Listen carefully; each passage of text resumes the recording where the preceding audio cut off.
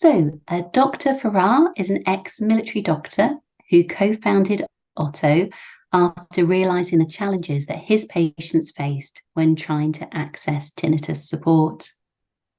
Dr. Farrar's work has been shaped by his own experience with tinnitus and his vision to help as many people as possible get their lives back from tinnitus through expert help.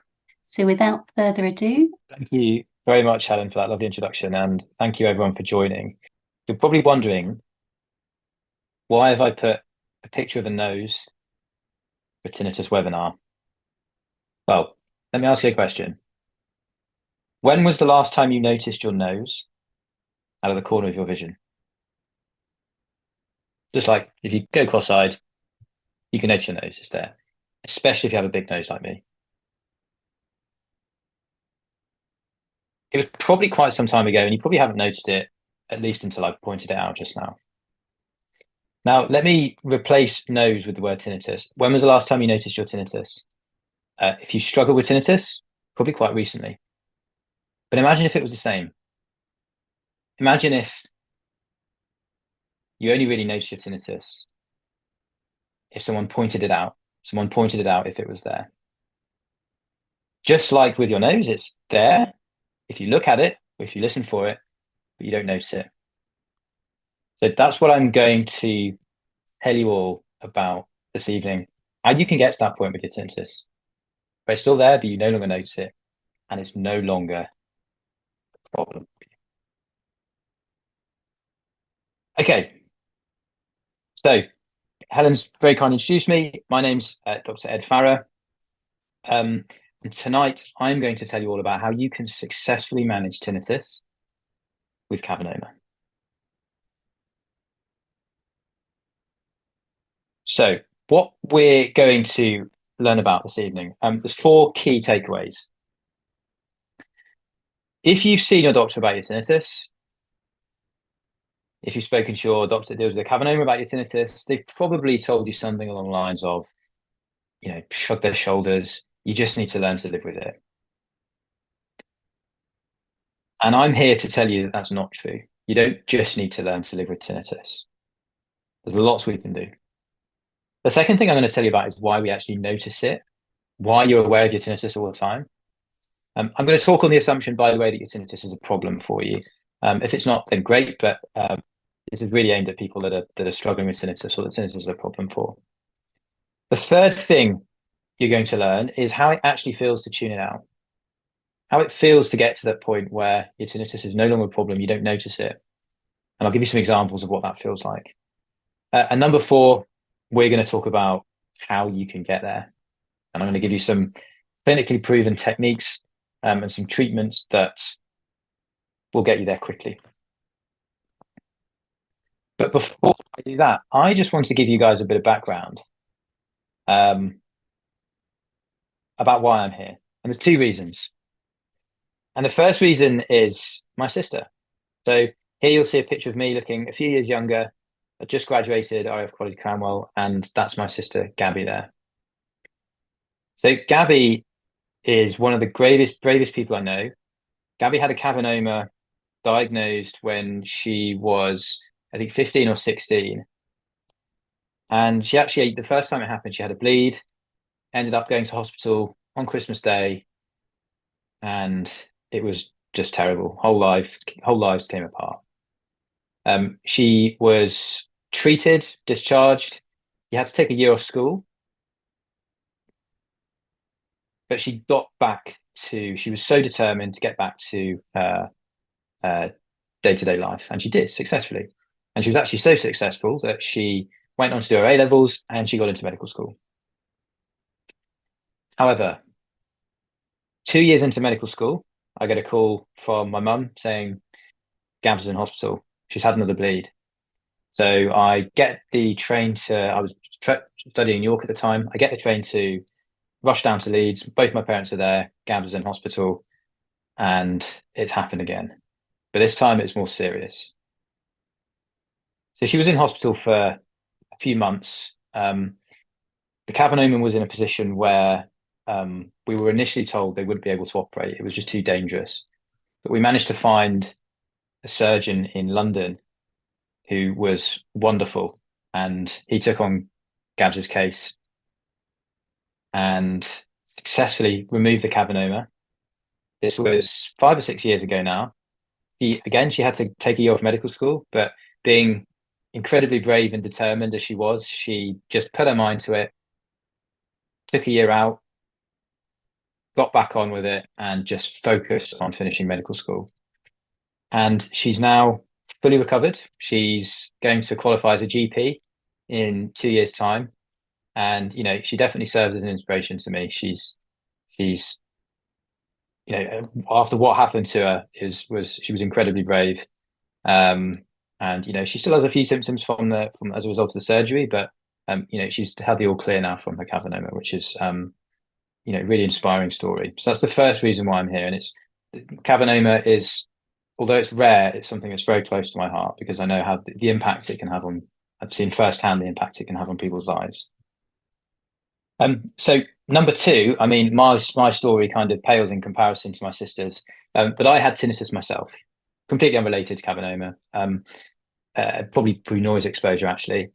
And I also saw during my time as a doctor in the military,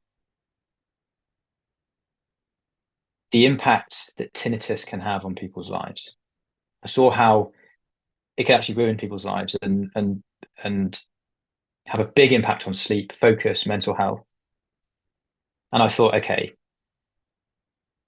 I can do a better job. I want to build something that's going to give people with tinnitus access to a better life, to a life where they're not encumbered by their tinnitus, their life where, you know, so they can get their lives back, basically. And this is how Oto was born. So I left the military. I did 5 years as a doctor. I was training to be a surgeon, and decided I wasn't going to continue with that, and threw myself into Oto full time. And I'm going to tell you a bit about Oto later on. But before I do, in fact, just a bit about us. So we're a team of. So I decided that I wanted to found Oto. Got together with my co-founder George, who is the chap on the right. He was a doctor in the Navy.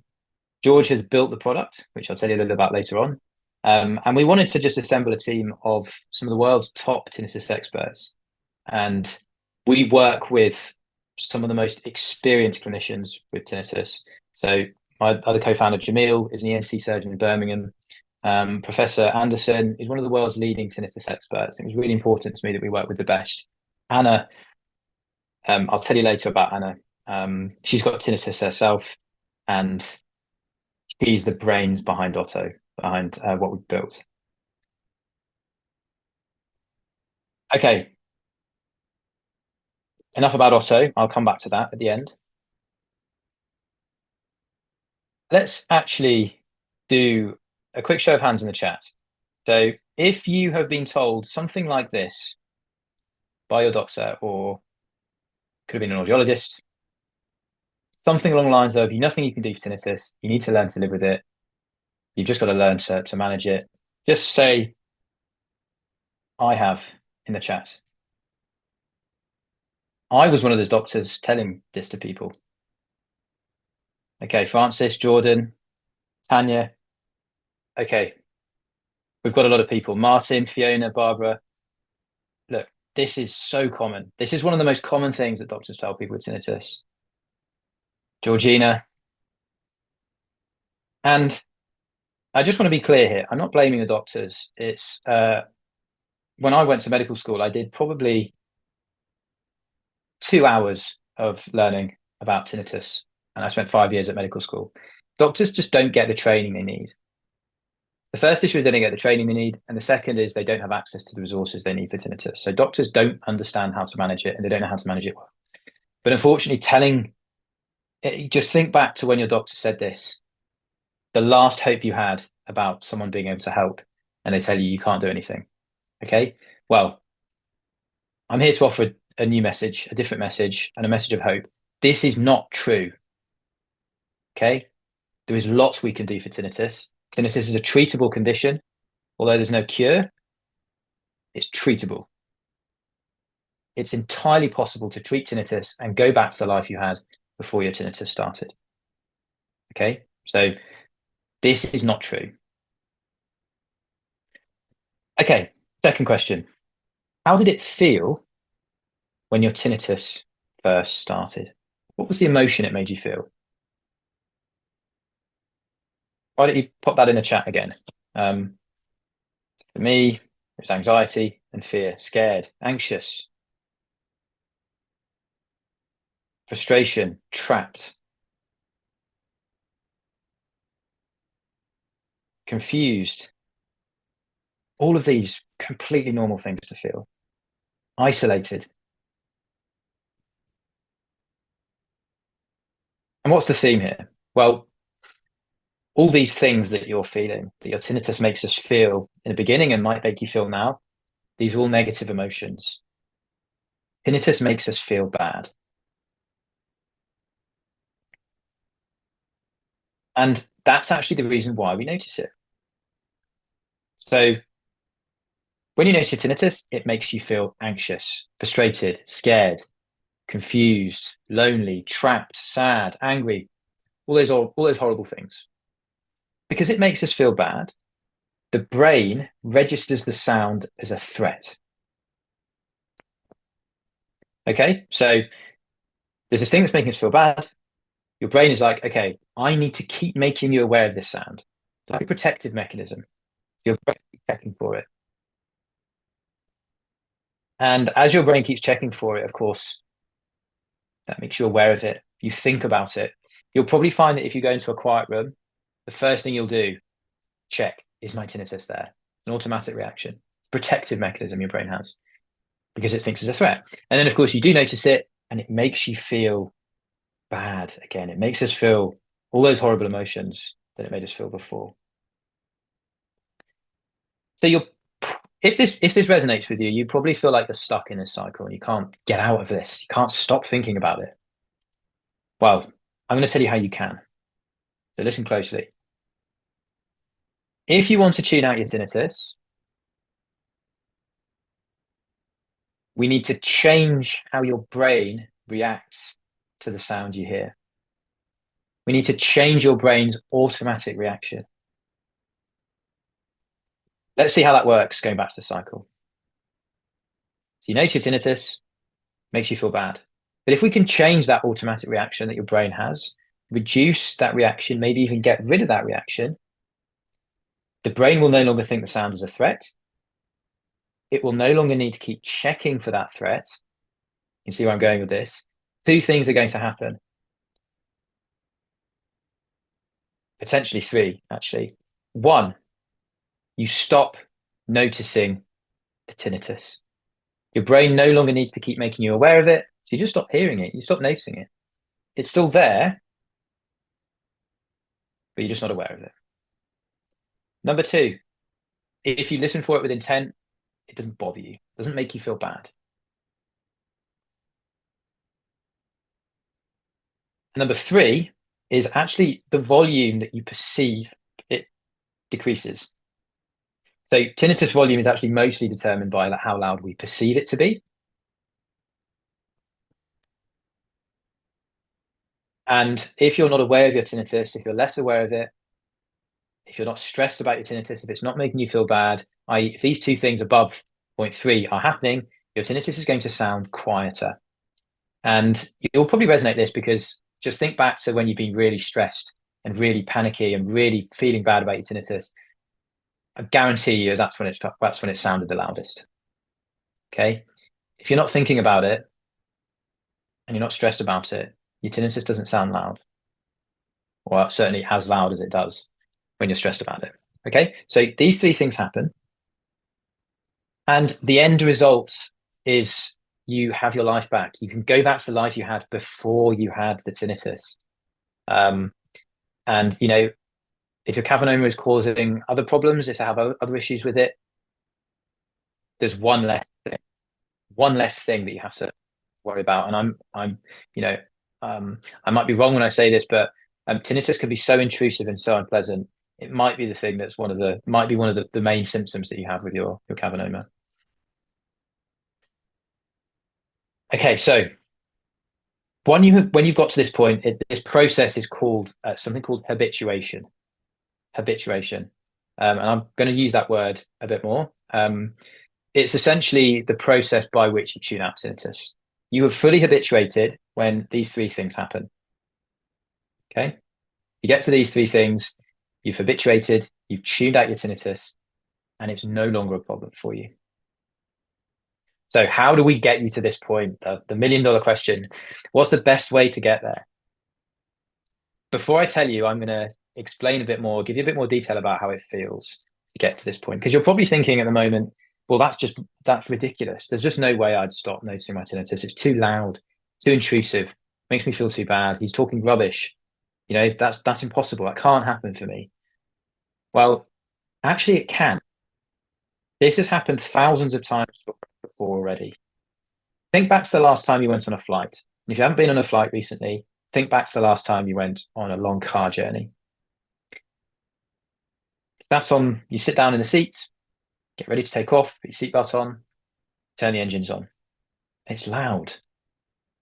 The plane's engines are loud. Okay. Taxi down to the end of the runway, take off, they accelerate, the engines get even louder. Very noticeable. But then what happens when you've taken off? Well, for the majority of people, almost everyone really, unless they're scared of flying, you can go back to what you're doing. Reading a book, watching a film, talking to a friend, sleeping even though you've got these really loud aircraft engines, 20, 30 meters away from you. And I'm willing to guarantee if I had to put an aircraft engine outside your bedroom window and say you've got to sleep now, you'd probably struggle. Okay. But it's not a problem for you if you're on the aircraft because you're accustomed to the sound. It's not a threat. Your brain doesn't make you aware of that sound. So your brain's done this thousands of times before. We just need to give you a bit of help so we can do this with your tinnitus. Another example, the nose, the first example I gave.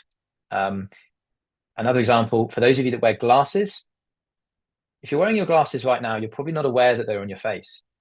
Well, you probably are just because I pointed it out. But then you can come back to focusing on me and you can forget that your glasses are there pretty quickly. Again, your brain doesn't pick the glasses up as a threat.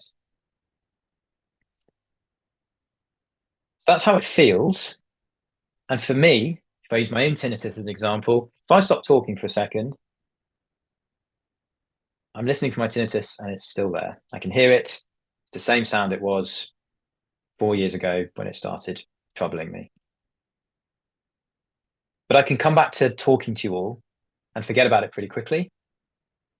The sound doesn't make me feel bad. I probably notice my tinnitus on average 4 or 5 times a week. Not an issue for me at all. Right, how do we get there? The important part. Okay, loads of research done here. Loads of research. It's the most effective way to get there is with something called cognitive behavioral therapy. Cognitive behavioral therapy I'll refer to as CBT. CBT works on the basis that how we think determines how we feel and how we behave. So how we think about our tinnitus will determine how we feel about our tinnitus. And if we can change how we think about our tinnitus, we change how we feel, our automatic reaction gets changed. So CBT essentially works by changing the thought process, the thoughts and beliefs of your tinnitus. What does that look like in practice? Well, you'd work one-on-one or in a group setting with a specialist, tinnitus specialist. That's usually an audiologist or a therapist. It can be a psychologist as well. And they would first identify those thought patterns that you have about your tinnitus. The next step, once you've identified those thought patterns, is to change them, catch when those thought patterns are happening and change them. And that requires practice. So CBT usually takes around 3 months to get you to habituation. Certainly people that work with us, it takes around 3 months on average. But you'll start to feel better after session 1 or 2 because you'll feel, okay, I understand this now. I know how this is working. I know how this is going to help. There's other things that can be helpful in tinnitus, but cognitive behavioral therapy is by far proven to be the most effective way to manage it. If you go online and you search for tinnitus cure, there'll be lots of companies and websites that will claim to have something that can get rid of tinnitus or that can cure your tinnitus. To be completely blunt, they're liars. They're trying to rip you off. If someone's claiming they have a tinnitus cure, they're lying. Don't ever pay people money, companies money, that say they have a tinnitus cure, because they're trying to take advantage of you. And it's one of the things I feel very passionate about. So be very careful when someone claims to have a tinnitus cure online. There's 2 treatments that are effective in tinnitus, proven to be effective, and that's cognitive behavioral therapy and then hearing aid if you already have hearing loss. If you don't have hearing loss, then CBT is the most effective way to manage it. So do I have any more info? Yeah, so just before I tell you about Oto, I just wanted to show you what the research says. So this is what we call a systematic review. A systematic review combines the results of lots of smaller studies, and this one here found that CBT is effective. So think back to that earlier slide I had. There's nothing you can do for tinnitus. That's just wrong. CBT works. CBT is effective. Okay, and CBT is the way that you can get your life back from tinnitus. Okay, about 20 minutes in, 25 minutes in, I'll probably talk for another 5 minutes. And we'll go on some questions. So what is Oto? Well, we've realized how difficult it was for people to access CBT in the UK. I saw firsthand. It's just really hard to get access to help for tinnitus. Waiting lists are frankly ridiculous, and CBT is not even available in many places for tinnitus. So I got together with I got the team together, and we decided to build first a digital program accessible through a mobile app that would give you access to CBT wherever you are in the world. So right in your pocket on a mobile app, you will be able to work through a digital program that will teach you CBT for tinnitus. Okay. The first 7 days of this are free, completely free. And we're actually going to offer through Cavernoma Alliance, we're going to offer a year of the Oto app completely free to any members. So we'll send some information about that out afterwards. But if you wanted to just try it out now before you get that information, you can download it and you can try the first 7 days free anyway. But it doesn't stop there. If you wanted some more guided help, we also offer group coaching or one-on-one coaching. Please do get in touch. Basically, if you want to get there faster, you want more help from us, you just want to be told to, then this would be the group coaching option will be the one, or the one-to-one coaching option would be a good place to start. So that's what we do. We are a very small company based in the UK. We build digital programs to help people manage tinnitus. We found that we did a study recently of 179 people. And we found that after just 1 month of CBT delivered through Oto, people had a 23% reduction in their tinnitus. That meant that they were aware of their tinnitus. They were 23% less aware of their tinnitus over a period of over an average period of time. So their tinnitus was perceived to be quieter, and they were less aware of it. They were sleeping better. They felt better. They're less stressed, and they were also had a boost in focus. We've worked with, as I said earlier, we've worked with over 70,000 people since we launched, but these are just some people that have had a successful outcome with Oto. Our mission is to help people get their lives back from tinnitus. It's just at the core of everything we do, and it's something I feel so passionately about, just getting a good outcome for people with tinnitus, because I know it's possible, and I know how hard it is for you all to get help. So we're going to give you all help. If you need help with tinnitus, you're going to get access to the app for free, which we'll send some information about afterwards. And that's essentially how we work. If anyone has any questions about the app or the coaching or anything, how it works, pop them in the Q&A. But I guess I'll hand back over to you, Helen. Oh, thank you so much. That was just fantastic. If you want to stop screen sharing, that'd be super. Just something I really enjoyed from that conversation was there when you began with, we don't just have to learn with tinnitus. And, you know, that clearly resonated in the chat with the number of people who've been told that there isn't anything that can be done. And so it was really lovely for you to begin with that hopeful point there. So thank you so much. So what I will now do is go through the questions that have been raised. If you haven't already posed a question to Dr. Farrar, please put that in the Q&A or in the chat. So I'll just begin with the first question.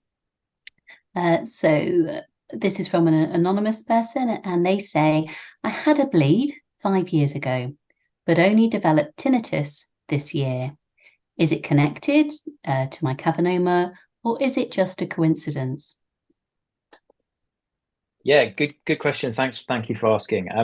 So I'm going to start with a caveat, and that is I can't offer specific medical advice. I have to be very careful as a doctor.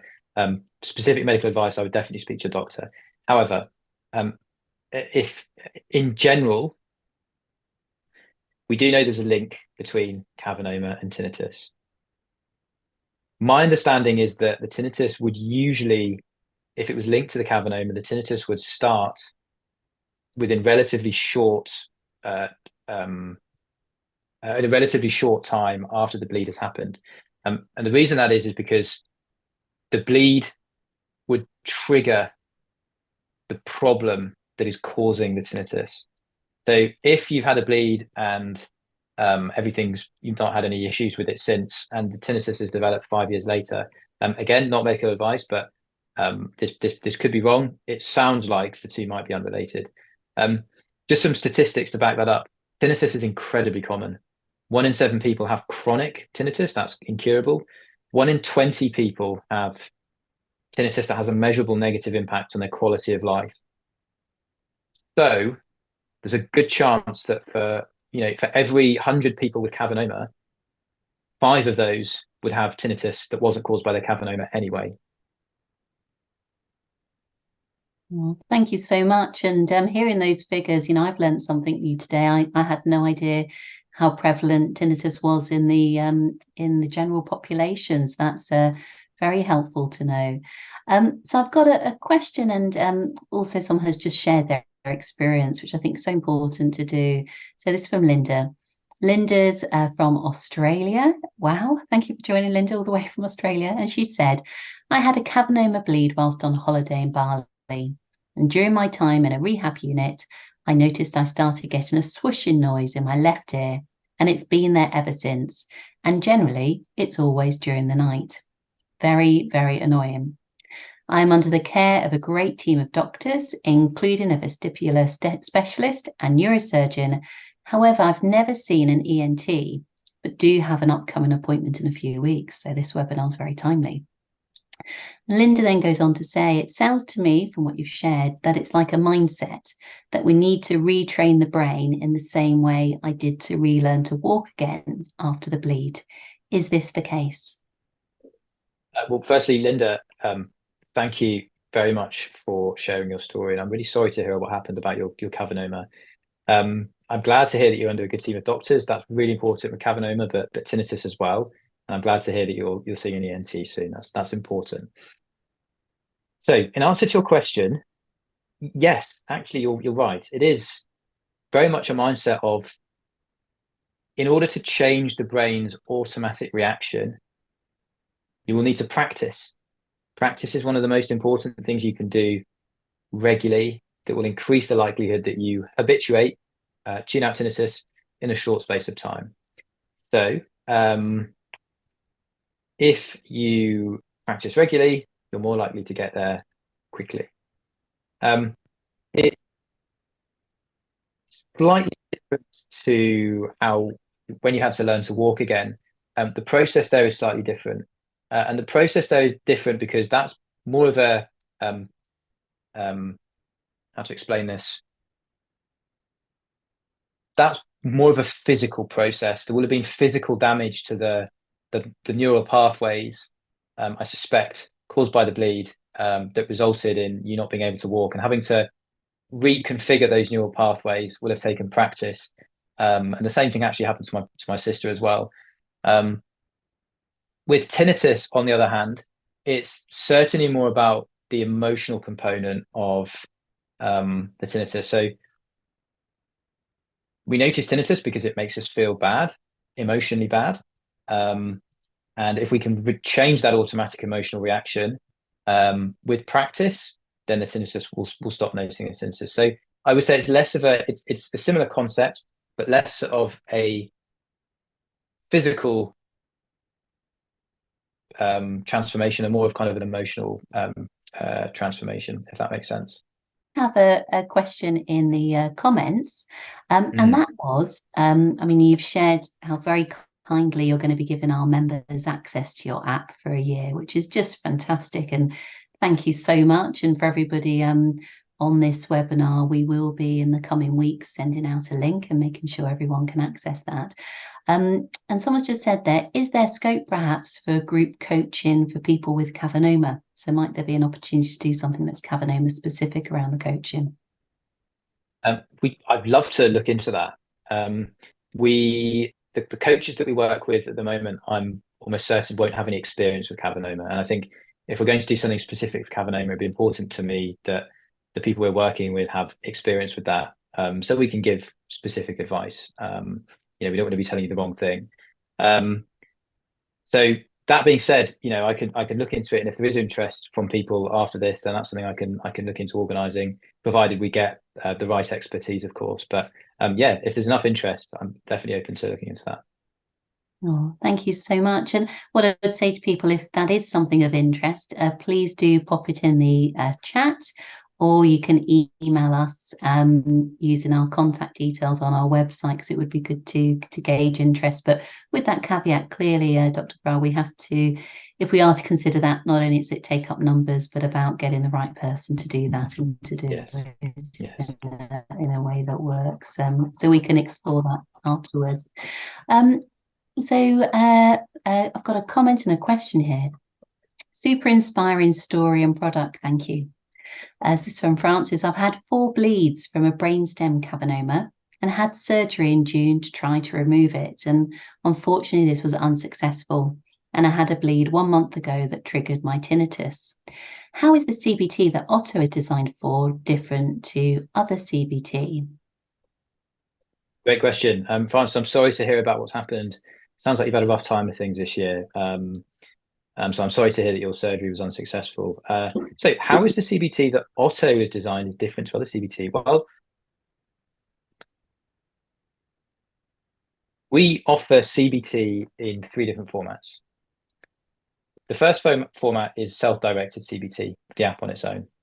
And this is really the first comprehensive option for self-directed CBT. We're really innovating here. It's the way that it's delivered is through a recorded voice.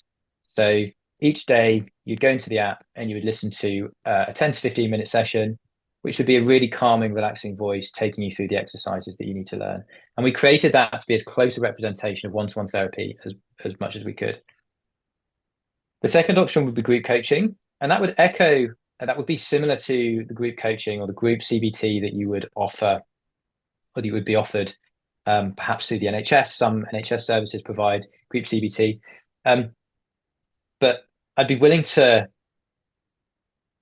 I'd probably say that we get better results because we have the app as a that you can use as a companion.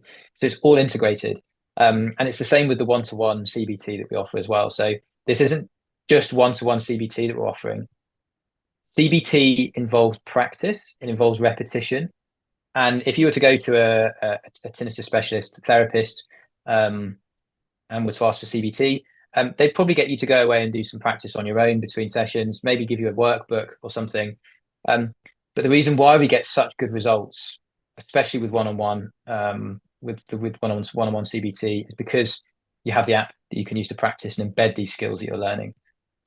We actually have a 96% success rate for our one-on-one program. And there's a few reasons why those results are so good, but one is the skill and expertise of our specialists. We only work with a top tinnitus specialist here in the UK. And second is the fact that you've got the app to embed and practice these skills instead of just waiting kind of week to week between sessions.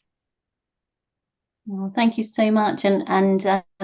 I hear that feedback from people. Often they're given CBT for a short period of time, and there's a real mix of results. So it's wonderful that you've taken that holistic approach and really thought about the sustainability and giving people access to something that will last because it is embedded. So thank you so much for that. So I have a couple more questions have come in. This one is from Heather, who's also our chair of trustees. So Heather, it's lovely to have you on our webinar.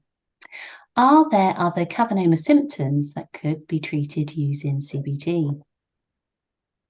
Great question, Heather. So from memory, there's and apologies if I get this wrong. It's some years since I looked into this, but from memory, the symptoms of Cavernoma, number of things really. And I'm just thinking through which symptoms would be applicable for CBT. So there's obviously, of course, all the very physical symptoms that you can get. Headaches, potentially seizures, problems with speaking, memory problems. I'm maybe at my limit there. I think where CBT has its real value add for people with Cavernoma is actually with the mental health side and the difficulties with the trauma associated with that. Cavernoma, massive life-changing event, life-changing diagnosis. And I suspect for the majority of patients that can be really, really tough to manage. Can cause other problems with perhaps anxiety, depression, understandably because of the size of the problem that it's causing. And that's where CBT can be really helpful. As I mentioned before, with tinnitus, CBT works because it's about changing that negative emotional response to tinnitus. But with Cavernoma, CBT would be effective in living with Cavernoma and living a good life with Cavernoma, because all these horrible things that Cavernoma causes make us feel bad. These symptoms that I've just gone through make us feel, they have a big impact on our life. They make us feel sad. They might make us feel anxious. And that's where CBT can help. It's not necessarily going to take the symptoms away, but it might make us feel better about them. It might make us feel more positive about the future and enable us to live a better, more fulfilling life, even though these symptoms are still there with Cavernoma. So yeah, I think CBT is traditionally actually comes from use in mental health, and it's effective in a whole host of other conditions as well. But I think that's where it would have, alongside tinnitus, I think that's where it would have use with Cavernoma. Thank you so much. And I'm just going to do a little plug here. For those who may not be aware, CA UK does offer talking therapies, and we just paused our talking therapies and operating a waiting list. But I'm really pleased to say our therapist is now taking new clients, and CA UK can pay for the first 4 sessions. We're also going to be restarting our online group therapy. So that is in addition to our community chat, and it's led by our therapist. And each month there's going to be a session, and that takes place in an evening. So if you want to find out more, go to the CA UK website, click on the events, and you'll find out about the online therapy that takes place monthly as a group. And then if you click on the therapy tab, you can find out more about the one-to-one. So absolutely, it's so important for us to think about not just physical well-being, but mental well-being as well, because both impact us and impact people with Cavernoma. So the next question, and this is from Martin. Is there any link between tinnitus and wax buildup? I've had several trips to audiologists who've removed a lot, but I'm unsure if my Cavernoma could be the cause or not. Great question, Martin. Thank you. Is there any link between tinnitus and wax buildup? Yes. Wax is a really common cause of tinnitus. But if you've had the wax removed and the tinnitus persists, it may not be the wax that's causing it. And that kind of leads me on to a maybe a bigger theme here. Often with tinnitus, and actually for the majority of people with tinnitus, unfortunately, we never really find what the cause is. Some people have tinnitus with no hearing loss, no hearing damage. They've never listened to loud music. They've really, really looked after They've looked after their hearing. They weren't like me. They didn't go to. I used to play in a band when I was in a school and never used to wear earplugs. And a lot of the time with these people, we never find out what the cause is. And so, Martin, it might be that it's your cavernoma. It might be that it's the wax. But if it's persisted for longer than 3 months, then I would, if you've seen the audiologist and you've seen a doctor already, I would instead change the focus. Instead of trying to find out what's causing it, I would change your focus onto actually trying to change your reaction to it, because that'll be the thing that's causing the problem for you, I suspect. And I often say to people, I speak to a lot of people with tinnitus that have understandably been just searching for a cause for years. And I often ask the question, well, if you found the cause, what would change? And that's what I encourage you to think about. Like, if you know that your tinnitus is permanent, if there was a cause that was found, would it change anything? And the answer to that is often no, it wouldn't, because it's still not going to be able to get rid of it, unfortunately. But yeah, so Martin, could be is the answer, and I'm sorry I can't give a more concrete answer there. Oh. So we've come to the end of the questions in the Q&A and the comments that I can see. I just want to give one last opportunity. If anybody would like to ask a final question or a comment, or give a comment, please pop it into the chat. I mean, I've just learned loads about tinnitus today that I didn't know before. And I think, Dr. Farrar, what you've done really nicely is give a balance there, and, explain around the answers. But a comment there from Linda saying how helpful she's found it. I think many people on today's webinar will have. Well, thank you very much for having me, and thank you for all the work you do with Cavernoma. It's very, very grateful to be here.